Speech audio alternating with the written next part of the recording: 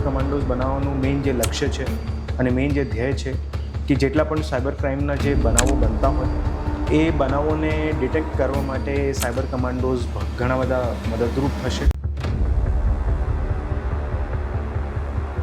સાહેબ, આ કમાન્ડો શું હોય છે? સાયબર કમાન્ડો શું છે? સાયબર કમાન્ડો જે છે એક સરકાર દ્વારા એક ઇનિશિયેટિવ લેવામાં આવ્યું છે. બેસિકલી જે સાયબર કમાન્ડોઝ છે એ પોલીસનો સ્ટાફ અને ઓફિસર્સ રહેવાના છે, જેમનું ટેકનોલોજીકલ બેકગ્રાઉન્ડ હોય, જે ટેકનોલોજીને સારી રીતે કન્વિનિયન્ટ થતું હોય એ પ્રમાણે એમને વિશેષ ટ્રેનિંગ આપીને એમને સાયબર કમાન્ડોઝ તરીકે ઓળખવામાં આવશે.